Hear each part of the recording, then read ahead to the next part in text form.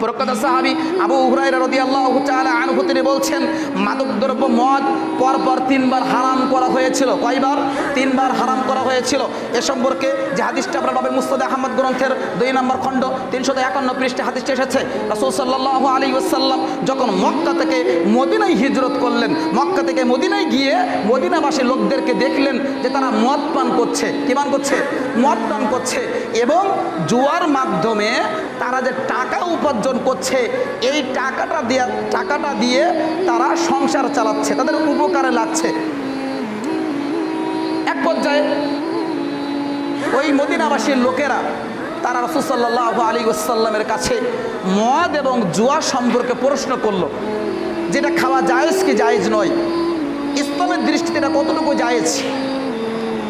এই প্রশ্ন যখন করলো আল্লাহ রাব্বুল আলামিন, তখন কুরআনুল কারীমের সূরাতুল বাকারা 13 নং পৃষ্ঠার 219 নম্বর আয়াত আল্লাহ নাজিল করে দিলেন, ইয়াসআলুনাকা আনিল খামরি ওয়াল মাইসির কুল ফীহিমা ইসমুন কাবীর ওয়া মানাফিউ লিন-নাস। আল্লাহ বলছেন, হে নবী, তারা আপনাকে মদ এবং জুয়া সম্বন্ধে প্রশ্ন করছে, জিজ্ঞাসা করছে, আপনি তাদেরকে বলে দিন এই মাদকদ্রব্য নিষেধাজ্ঞ মদের মধ্যে এবং জুয়ার মধ্যে গুরুতর পাপ রয়েছে, গুরুতর পাপ রয়েছে।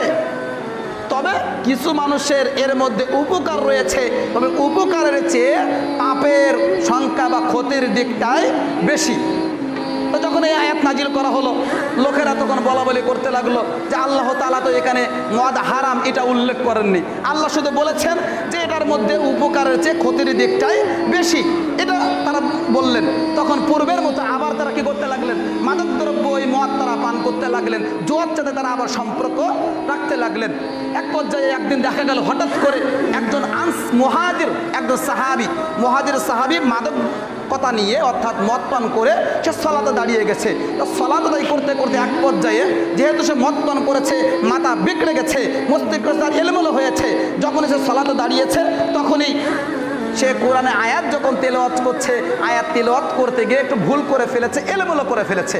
তখন আবার এই প্রেক্ষিতে আল্লাহ রাব্বুল আলামিন কুরআনুল কারীমের সূরাতুল আপনার নিসা কোনে খুলে দেখেন 5 নম্বর 4 নং পৃষ্ঠার আয়াত নম্বর 43 আল্লাহ এই আয়াত নাজিল করে দিলেন। আল্লাহ বলছেন, ইয়া আইয়ুহাল্লাযীনা আমানু লা তাকরাবুস সালাহ ওয়া আনতুম সুকারা হাত্তা তা'লামু মা তাকুলুন। আল্লাহ বললেন, তোমরা নেশাগ্রস্ত অবস্থায় তোমরা সালাতের নিকটবর্তী হয়ো না এবং নিজেদের উচ্চারিত শব্দের অর্থ, বাক্যের অর্থ যখন তোমরা নিজেরা বুঝতে সক্ষম নও। তখন লোকেরা ঠিকই মাদকদ্রব্য নিষেধাজ্ঞ মদ থেকে খাওয়া পান করলো। কোন সময়? সালাতের সময়।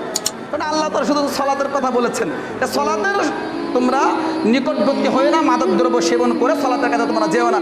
তখন তারা বললো, এখানে তো স্পষ্ট আল্লাহ তাআলা সবসময় হারাম এটা বলেননি, শুধু বলেছেন যে তোমরা নেশাগ্রস্ত অবস্থায় সালাতের নিকটবর্তী হয় না। তো তখন তারা সালাত যখন আদায় করবে সেই সময় তারা মাদকদ্রব্য সেবন করে নাই, কিন্তু অন্য সময় আবার সেই মাদকতার সাথে, মদের সাথে তারা সম্পর্ক রেখে দিল। পরবর্তীতে আল্লাহ রাব্বুল আলামিন একেবারে স্পষ্টভাবে মদ যে হারাম এই আয়াত আল্লাহ তাআলা নাজিল করে দিলেন। জোরে বলো সুবহানাল্লাহ। এ সম্পর্কে আল্লাহ রাব্বুল আলামিন কুরআনুল কারীমের সূরা মাইদা 7 নম্বর 2 নং পৃষ্ঠা 90 নম্বর আয়াত আল্লাহ নাজিল করে জানিয়ে দিলেন, ইয়া আইয়ুহাল্লাযীনা আমানু ইন্নামাল খামরু ওয়াল মাইসির ওয়াল আনসাব ওয়াল আজলাম রিজসুম মিন আমালিশ শাইতান ফাজতানিবুহু লাআল্লাকুম তুফলিহুন। আল্লাহ বলছেন, হে ঈমানদারগণ, হে বিশ্বাসীগণ, নিশ্চয়ই মদ, নিশ্চয়ই জুয়া, নিশ্চয়ই প্রতিমা, নিশ্চয়ই লটারির তীর, রিজসুম মিন আমালিশ শাইতান, এগুলো সবই হচ্ছে ঘৃণিত কাজ, নিন্দিত কাজ। এগুলো কোনো মুসলিম মুত্তাকি ব্যক্তি গ্রহণ করতে পারে না, এগুলো শয়তানেরই বস্তু, এগুলো শয়তানেরই করে থাকে। ফাজতানিবুহু লাআল্লাকুম তুফলিহুন। তোমরা যদি এগুলো থেকে বিরত থাকতে পারো তাহলে তোমরা সফলতা অর্জন করতে পারবা। যখন আমাদের এই আয়াত নাজিল হয়ে গেল, হারাম হবার আয়াত নাজিল হয়ে গেল, তখন লোকেরা বলতে লাগলেন, হে আমাদের প্রতিপালক, হে আমাদের পালনকর্তা, আজ থেকে আমরা মাদকদ্রব্য, নিষেধাজ্ঞ মদ পান করা থেকে নিজেদেরকে হেফাজত করলাম। এরপর ওই লোকেরা রাসূল সাল্লাল্লাহু আলাইহি ওয়াসাল্লামের কাছে প্রশ্ন করতে লাগলেন, হে আল্লাহর নবী, আল্লাহ রাসূল সাল্লাল্লাহু আলাইহি ওয়াসাল্লাম, আমাদের পূর্বে যারা এই মদের আয়াত হারাম হওয়ার পূর্বে যারা এই পৃথিবী থেকে বিদায় নিয়েছে, মৃত্যুবরণ করেছে, বা আল্লাহর পথে যারা যুদ্ধে যারা নিহত হয়েছে, কিন্তু তারা মদ পান করত, তাদের অবস্থা কি হবে? যেহেতু আল্লাহ তাআলা এই মদকে শয়তানের কাজ বলে আখ্যায়িত করেছেন, একটা ঘৃণিত কাজ বলে উল্লেখ করেছেন, তো এই মদের আয়াত হারাম হওয়ার পূর্বে যারা এই পৃথিবী থেকে বিদায় নিয়েছে তাদের কি হবে? তারা তো মদ পান করতো। তখন আল্লাহ তাআলা এর প্রেক্ষিতে কুরআনুল কারীমের সূরাতুল মাঈদা 7 নং পারা 2 নং পৃষ্ঠার আয়াত নম্বর 93 এই আয়াত নাযিল করে জানিয়ে দিলেন, লাইসা আলাল লাযীনা আমানু ওয়া আমিলুস সালিহাত জুনাহুম ফীমা তাইমু।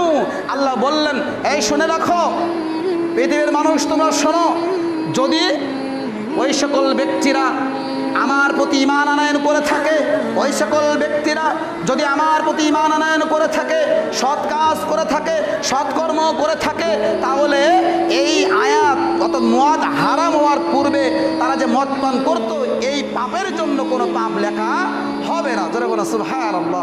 সম্মানিত উপস্থিতি, তখন আর রাসূল সাল্লাল্লাহু আলাইহি ওয়াসাল্লাম ওই সকল লোকদেরকে উদ্দেশ্য করে বলে, দেখো তোমরা যেমন মদের আয়াত হারাম হবার কথা শুনে তোমরা ছেড়ে দিলে, তারা যদি জীবিত থাকতো তারাকে ছেড়ে দিত না, তারাও অবশ্যই এই মদ পান করা থেকে তোমাদের মতোই ছেড়ে দিত। সম্মানিত উপস্থিতি, তাহলে এই দীর্ঘ একটা হাদিসের আমরা বিবরণে বুঝতে পারি যে মাদকদ্রব্য নেশাদার দ্রব্য পরপর আল্লাহ রাব্বুল কয়বার হারাম করেছেন? 3 বার হারাম করেছেন। আর 3 বারের বারকে স্পষ্টভাবে আল্লাহ তাআলা বিস্তারিত জানিয়ে দিলেন মাদকদ্রব্য নেশাদার দ্রব্য হারাম। সুতরাং কোনো মুসলিম ঘরের সন্তান হয়ে মাদকতার সাথে সম্পর্ক রাখতে পারে না। কোনো মুসলিম ঘরের সন্তান হয়ে বিড়ি, সিগারেট, গুল, হিরোইন, ফেন্সিডিল, ইয়াবার সাথে সম্পর্ক রাখতে পারে না। এই সকল মাদকদ্রব্য থেকে আমাদেরকে অনতিবিলম্বে তওবা করে ফিরে আসতে হবে, না হলে কাল কিয়ামতের মাঠে এর জন্য আমাদের জবাবদিহি করতে হবে। আল্লাহ আমাদের সবাইকে সকল প্রকার মাদকদ্রব্য, নেশাদ্রব্য পান করা থেকে বিরত থাকার তৌফিক দান করুন। সকলে বলি আল্লাহ।